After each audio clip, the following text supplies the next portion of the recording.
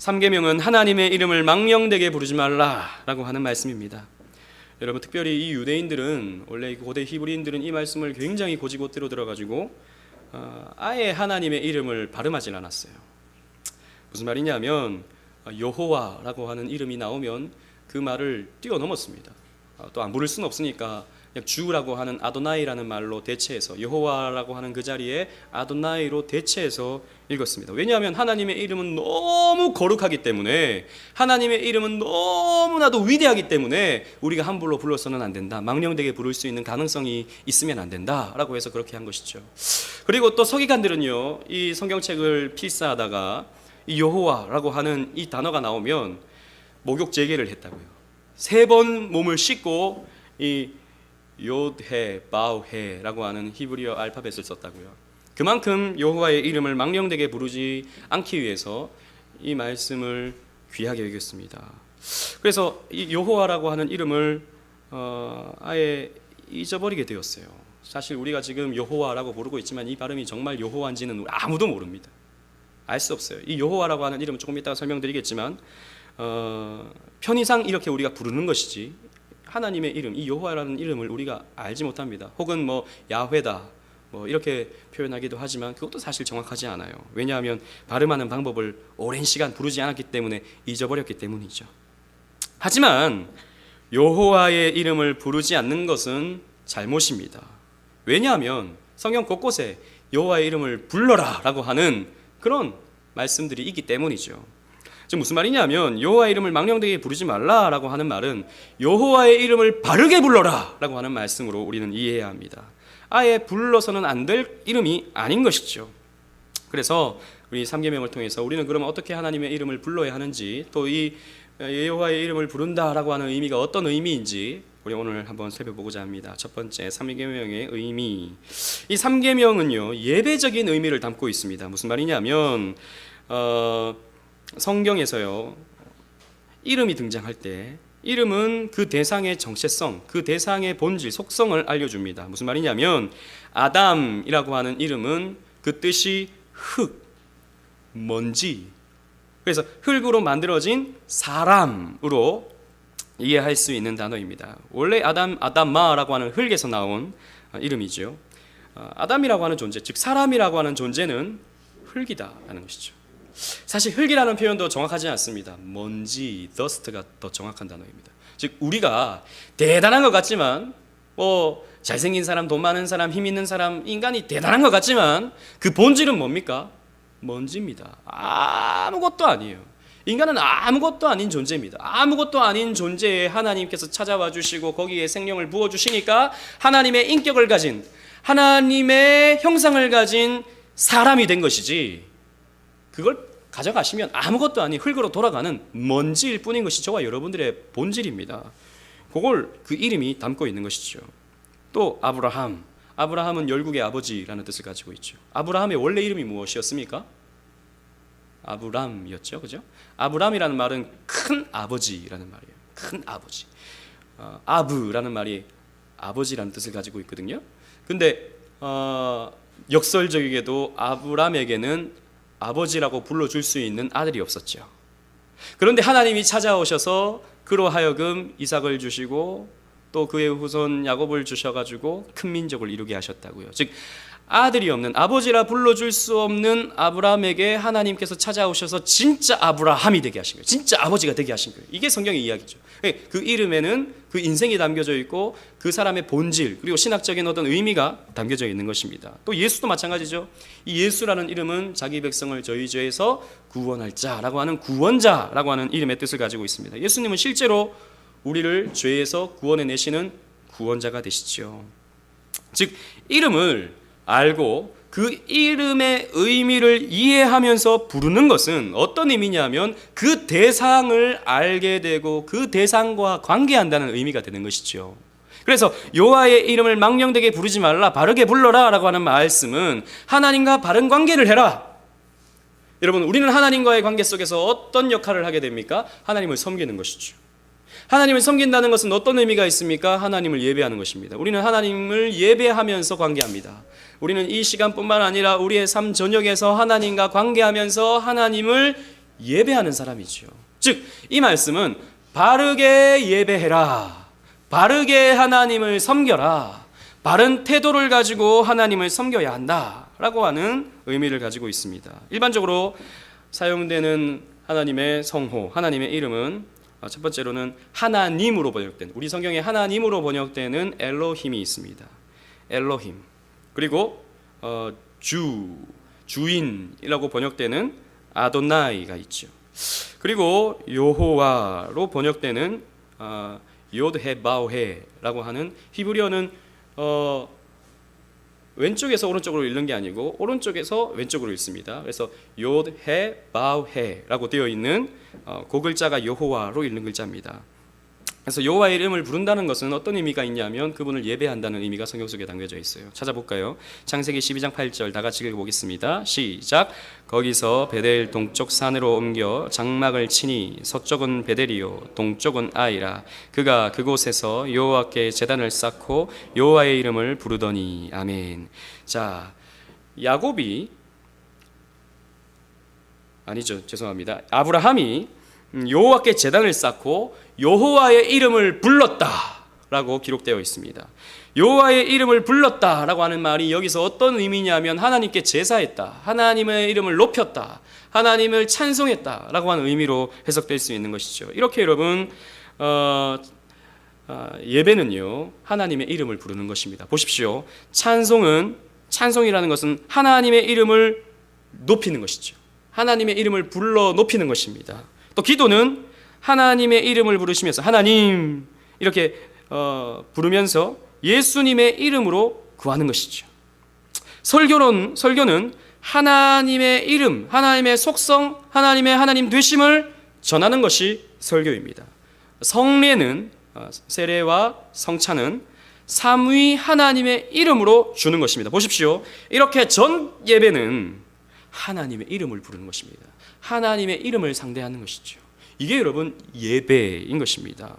그래서 망령되게 부르지 말라라고 한 것이죠. 망령되게 부르지 않기 위해서 고대 히브리인들은, 이스라엘 사람들은 요드헤바오헤를 어떻게 읽었냐면, 나중에 이제 이 발음을 못 읽게 됐으니까 모르니까, 원래 히브리어에는요 여러분 모음이 없습니다. 자음밖에 없어요. 히브리어는 이렇게 막 이상하게 생긴 자음밖에 없습니다. 모음은 외워서 부르는 거예요. 지금 이렇게 보면 막 점이 있고 막 옆에 짝대기 있고 이렇게 있는 건 나중에 사람들이 발음 기호를 붙여놓은 겁니다. 잃어버리지 않게. 근데 원래 히브리어 성경에는요 모음이 없어요. 자음밖에 없습니다. 그러니까 이걸 줄줄줄 외우다가 구약 시대의 유대인들은 이 성경을 다 외웠거든요. 외우니까 그냥 자음만 봐도 다다다다 읽어갈 수 있었어요. 그런데 이 여호와만 나오면 아도나이로 따로 부르니까 이 발음을 존수받을 수 있는 길이 없는 거죠. 모릅니다. 아무도 이 발음을 몰라요. 그래서 이 요드헤바오헤는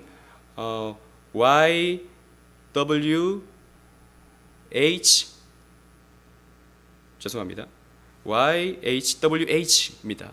그래서 YHWH에서 여호와, 그러니까 아도나이에 모음을 갖다 붙인 거예요. AOI. 그래서 여호와이가 되는 거죠. 무슨 말인지 아시겠죠? 이 여호와라고 하는 이름은 사실 우리가 이렇게 부르지만 아도나이의 모음을 갖다 붙인 편의상 부르는 이름이에요. 하나님의 이름을 우리가 정확히 몰라요. 왜냐하면 고대 히브리인들은 하나님의 이름을 함부로, 헛되게, 잘못해서 거짓되게 부르지 말라라고 말씀하셨기 때문이죠.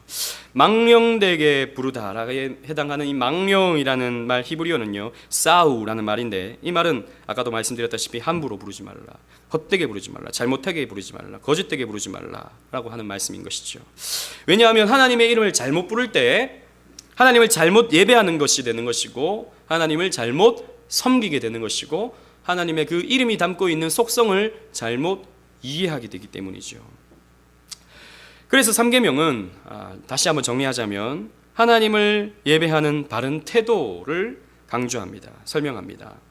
1계명은 우리가 살폈듯이 예배의 바른 대상, 하나님 외에 다른 신을 섬기지 말라, 하나님만이 우리의 예배의 대상이다 라는 것을 가르쳐주고, 2계명 형상을 만들지 말고 절하지 말라라고 한 이 말씀은 바른 예배의 방법, 하나님을 형상화시키지 말고 시각적인 것으로 표현하지 말고 어떤 만질 수 있는 것, 움직일 수 있는 것, 그런 것들로 하나님을 표현하지 말라.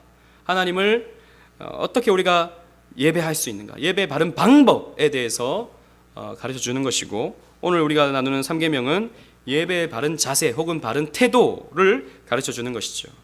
그러면 바르게 하나님을 예배하는 태도가 무엇이겠습니까? 경외함으로 드려야 한다는 것입니다. 여러분, 우리는 하나님의 이름을 건성건성 불러서는 안 됩니다. 무슨 말이냐면 우리가 하나님을 예배할 때 건성건성 예배하면 안 된다는 것이죠. 진지해야 합니다. 하나님을 두려워하는 마음으로, 경외하는 마음으로 하나님을 예배해야 한다는 것입니다. 자, 우리 이사야 29장 23절 다 같이 읽어보겠습니다. 시작. 그의 자손은 내 손이 그 가운데서 행한 것을 볼 때에 내 이름을 거룩하다 하며 야곱의 거룩한 일을 거룩하다 하며 이스라엘의 하나님을 경외할 것이며. 자, 그의 자손이 내 손이 그 가운데 행한 것을 볼 때에 내 이름을 거룩하게 해라. 하나님의 이름을 거룩하게 하라. 하나님을 예배하는 걸 거룩하게 드려라 라고 말씀하고 있습니다. 건성건성 드려서는 안 된다는 것이죠. 좀 우리에게 적용해보면 하나님의 이름을 전하는 설교자는 하나님을 경외함으로 전해야 된다는 것입니다.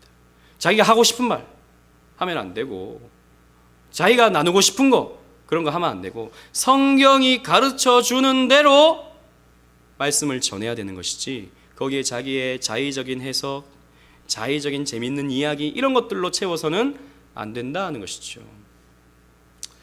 개척교회가 보통 참 힘든 게 뭐냐면 목사님들이 설교가 너무 많아요. 주일 낮 예배 해야죠, 주일 오후 해야죠, 수요예배 해야죠, 금요기도 해야죠, 새벽기도 해야죠. 이러다 보면요, 이 고갈이 된다고요, 할 수 있는 말들이. 그래서 수요예배 때는 보통 이렇게 나오면 목사님들이 날씨 이야기부터 시작합니다. 오늘 날씨가 어떻고 이번 주에는 어떻게 된다는데 그걸로 한 10분 한다고요. 그리고 어제 드라마 봤던 이야기로 또 10분 하시고, 그 다음에 말씀하는 한 구절 이렇게 말씀하시고, 그렇게 한 3, 40분 이렇게 한다고요.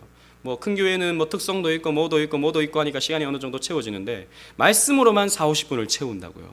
그러니까 목사님들이 할 말이 없는 거죠. 그러니까 드라마 봤던 얘기, 어제 우리 아이와 했던 거 뭐 이렇게 했던 거, 그런 것들로 채우면서 성도들이 나중에는요, 그런 거에 대해서 염증을 느끼는 거예요.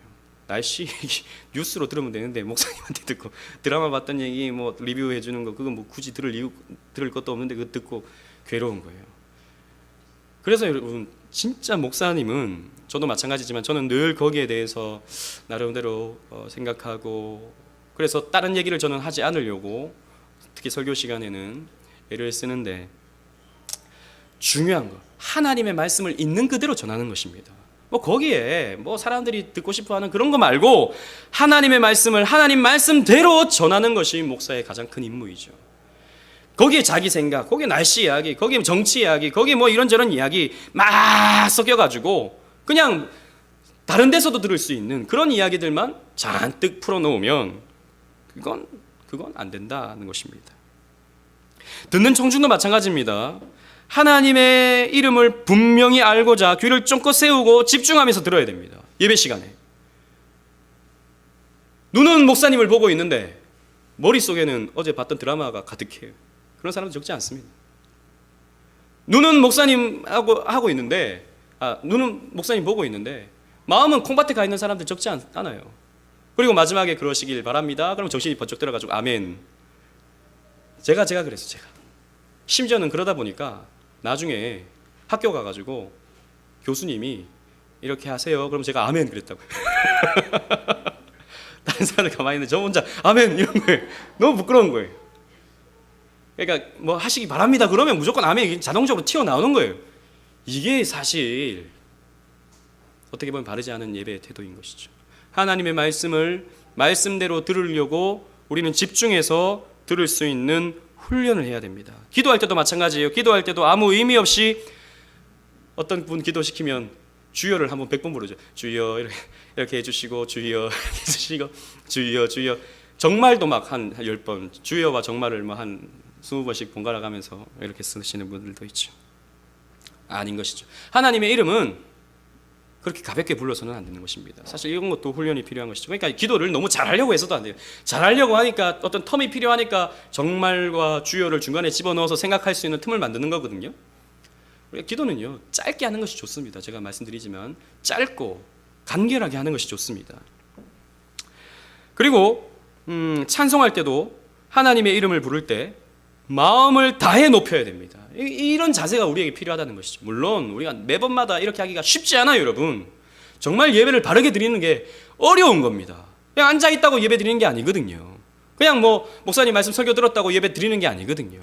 마음을 다해, 정성을 다해, 뜻을 다해서 집중해서 하나님 말씀을 듣고자 하는 그런 자세를 우리가 가질 때 진짜 바른 자세로 하나님을 예배할 수 있는 것입니다. 그래서 우리는요, 바르게 하나님을 예배할 수 있어야 됩니다. 그리고 하나님의 이름을 갖고 우리가 할 수 있는 것 가운데 하나가 뭐냐면 맹세와 서원입니다. 왜냐하면 맹세라고 하는 것은 하나님의 이름으로 하는 것이기 때문이죠. 물론 내가 이걸 맹세할 때 내가 하나님의 이름으로 한 거 아니다 라고 생각할지 모르겠지만 이 세상 모든 것이 하나님의 것이기 때문에 결국에는 하나님의 이름으로 한 것으로 여겨지게 됩니다. 모든 맹세는. 마태복음 5장 34절 35절 말씀을 다 같이 읽어볼까요? 시작. 나는 너희에게 이르노니 도무지 맹세하지 말지니 하늘로도 하지 말라 이는 하나님의 보좌임이요 땅으로도 하지 말라 이는 하나님의 발등상임이요. 자, 예수님이 맹세하지 말라라고 말씀하시면서 하늘 가지고 맹세하지 말고 땅으로도 맹세하지 말라. 왜? 이거 하나님 건데 왜 네가 그걸 가지고 맹세하느냐 이렇게 말씀하셨어요. 이 말을 여러분 오해하면 그럼 맹세하면 안 되는 거구나, 그리스도인들은 맹세하면 안 되는 거구나, 그래서 국기에 대한 맹세 이것도 하면 안 되는 거구나 라고 생각하지만 그런 게 아니고 맹세를 할 때는 꼭 지켜야 된다 라는 것을 역설적으로 말씀하신 것이 바로 이 말씀이에요. 왜냐? 모든 맹세는 결국에는 뭔가를 걸 때 이 모든 걸 수 있는 모든 것은 하나님께서 만드신 것이므로 하나님 것이 되는 거예요. 그래서 맹세는 반드시 지켜야 되는 거예요. 그리스도인들은 맹세를 할 때 정말 신중하게 해야 됩니다. 우리는요 또 적극적으로 하나님의 이름으로 하는 맹세가 있습니다. 신명기 6장 13절 다 같이 읽어볼까요? 시작. 내 하나님 여호와를 경외하며 그를 섬기며 그의 이름으로 맹세할 것이니라. 또 보세요, 신명기 말씀에서는 하나님의 이름으로 맹세하라 말씀하셨어요. 무슨 말이냐면 하나님의 이름으로 맹세해야 할 것들이 있다는 것이죠. 꼭 지켜야 하는, 믿는 자가 뭔가를 할 때 꼭 맹세해야 되는 것들이 있다는 것이죠. 첫 번째, 세례 받을 때입니다. 여러분 세례 받게 될 때 이제 여러분 우리 교회 가운데서도 세례 받지 않은 분들이 많기 때문에 우리 앞으로 학습도 하고 세례도 하고 할 겁니다. 학습도 마찬가지죠. 맹세를 하고 또 세례도 마찬가지로 맹세를 하게 됩니다.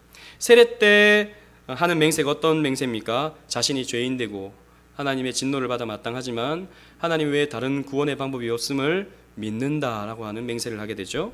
그리고 자신에게 구원을 주실 수 있는 분은 오직 예수 그리스도밖에 없다라고 하는 것을 맹세하게 되죠. 그리고 앞으로 구원받았으니까 경건하게 살아가겠다라고 하는 맹세를 하죠. 그리고 교회의 관할과 치리에 복종하겠다라고 하는 맹세를 하게 됩니다. 세례받은 분들은 이거 다 했어요. 기억납니까? 기억해야 돼요.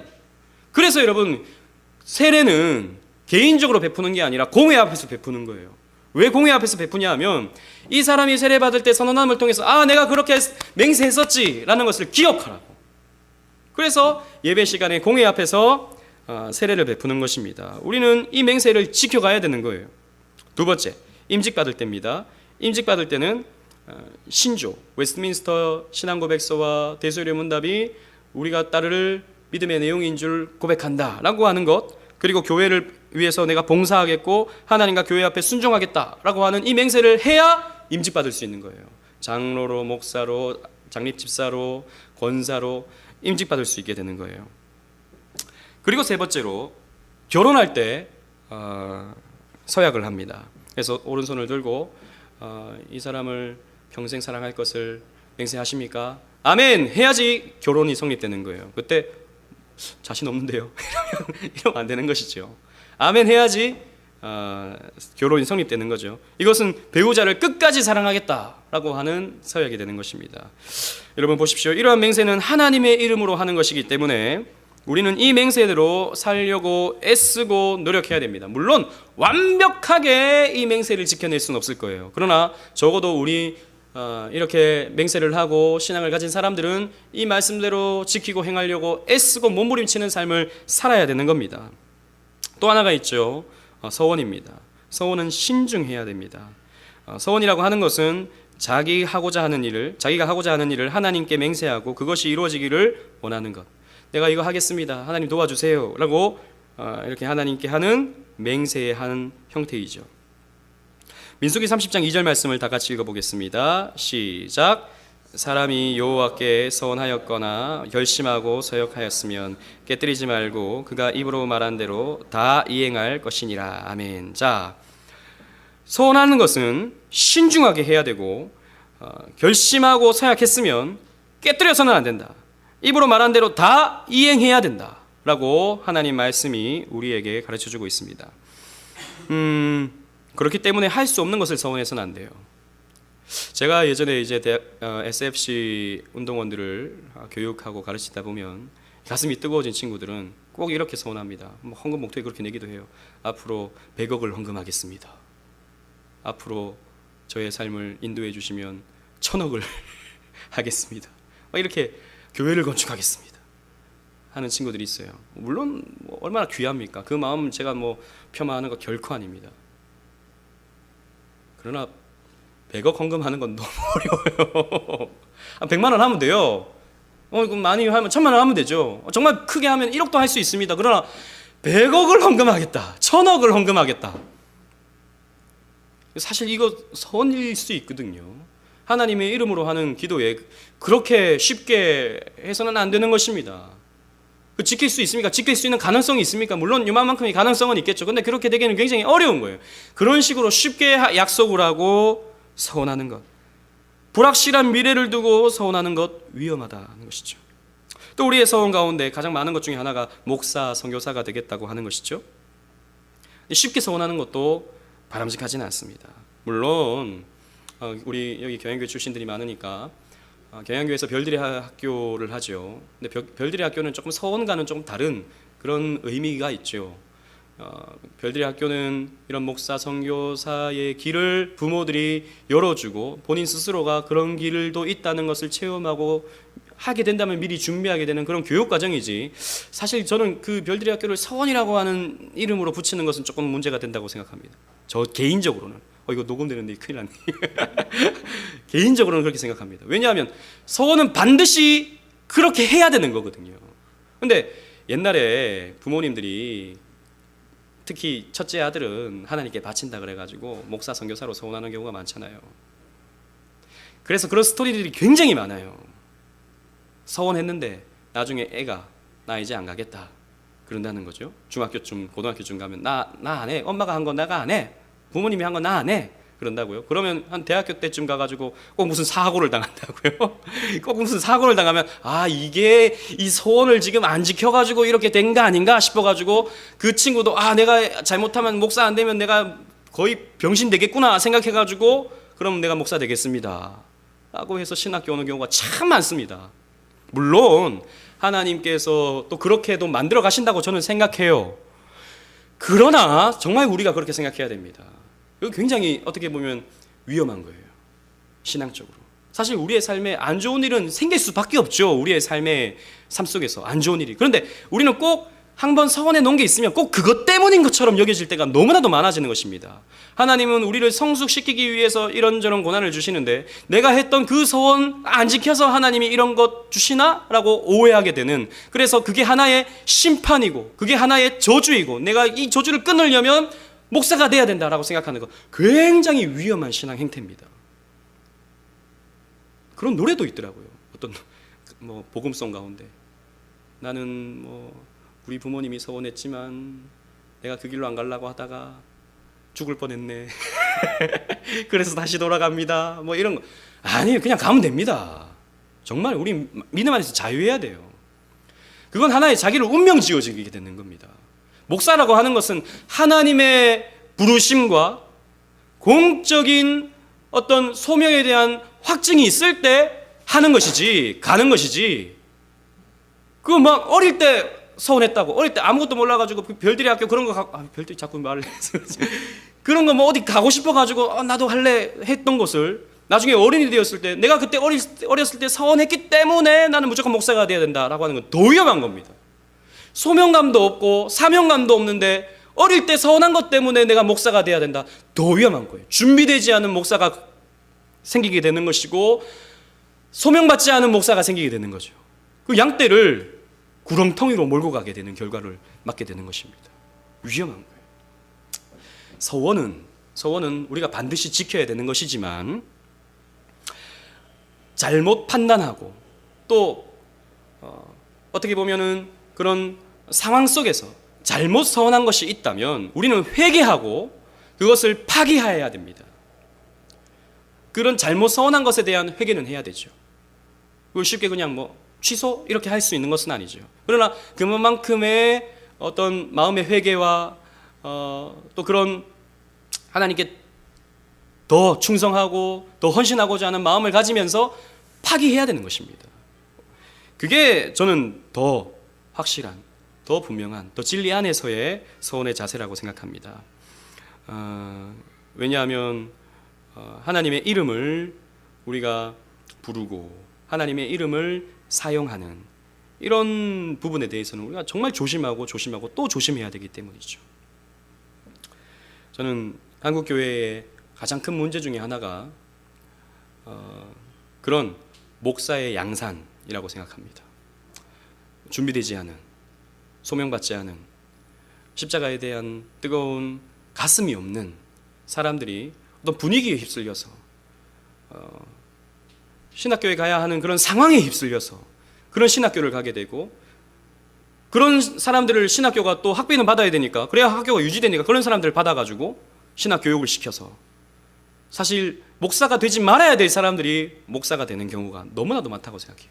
그러다 보니 한국교회 안에 많은 문제들이 발생하게 되는 것입니다. 여러분 오해하지 마시고, 어릴 때 서운했다고 해서 혹시 여러분 가운데 그런 사람이 있습니까? 내가 어릴 때 목사 되기로 서운했는데 지금은 아닌 것 같은데, 지금 아닌 것 같으면 안 하시면 돼요. 자유하십시오. 자유하셔요. 그리고 꼭 목사만 별입니까? 목사만 별이에요? 아니에요, 여러분. 우린 다 별입니다. 목사는 목사의 자리에서 별과 같이 빛나는 삶을 살아야 되고, 그래서 많은 사람들을 옳은 대로 돌아가게 하는 삶을 살아야 되고, 여러분들은 여러분들의 위치에서 별과 같이 반짝반짝 빛나서 여기에 빛이 있고 여기에 길이 있고 여기에 진리가 있다는 것을 여러분들은 빛내면서 살면 여러분들이 별과 같은 삶을 살게 되는 거예요.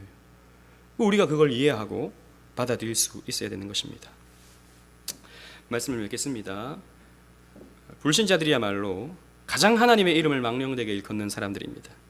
하나님의 이름을 알지도 못하고, 그래서 하나님의 본질도 속성도 알지 못하고, 또 하나님과 관계없는 사람들이 뭐 하나님은 이렇겠지, 하나님은 저렇겠지, 너희 교회는 이렇잖아 라고 쉽게 운운하는 것은 그 자체로 죄가 됩니다. 하나님은 거기에 대한 반드시 책망을 하시고 심판하실 것입니다. 특히 불신자들이 영어로, 저는 예전에 지난번에도 말씀드렸다시피 영화에서 Jesus Christ 그럴 때 예수님 그럴 줄 알았는데 자막에서 제기랄 이렇게 번역되면 당혹했어요. 예수님 부른 것 같은데 제기랄이라니. 사전을 찾아보니까 실제로 Jesus Christ 1, 2, 3, 4 보면 한 3, 4쯤에 욕설, 제기랄 뭐 이렇게 표현되기도 하죠. 젠장 뭐 이런 뜻으로 사용한다는 것이죠. 이렇게 예수님의 이름을 혹은 오 마이 갓 맙소사 왜 이런 일이 나에게 오 마이 갓 이렇게 표현하는 것도 하나님의 이름을 망령되게 일컫는 것입니다. 결코 우리가 이런 말들을 사용하면 안 되죠. 오 마이 갓 이런 말들. 하나님은 반드시 심판 때에 그 책임을 물으실 겁니다. 하나님의 그 거룩한 성호를 그렇게 가볍게 여긴 죄, 하나님의 이름을 망령되게 일컬은 죄를 반드시 책망하시고 심판하실 것입니다.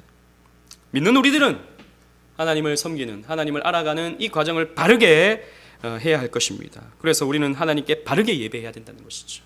우리의 즐거움 위해서, 우리의 어떤 직적 만족을 위해서, 우리의 어떤 감정적 고조를 위해서 예배드려서는 안 되고, 오직 하나님의 말씀에 입각한 그런 예배, 그래서 진리를 따르는 그런 예배를 우리는 드려야 할 것입니다. 그래서 우리 모든 오직 은혜교회 성도님들 이 3계명을 기억하면서 하나님을 바르게 섬기고 바르게 예배할 수 있기를 주님의 이름으로 축원합니다. 아멘. 우리 다 같이 기도하시겠습니다.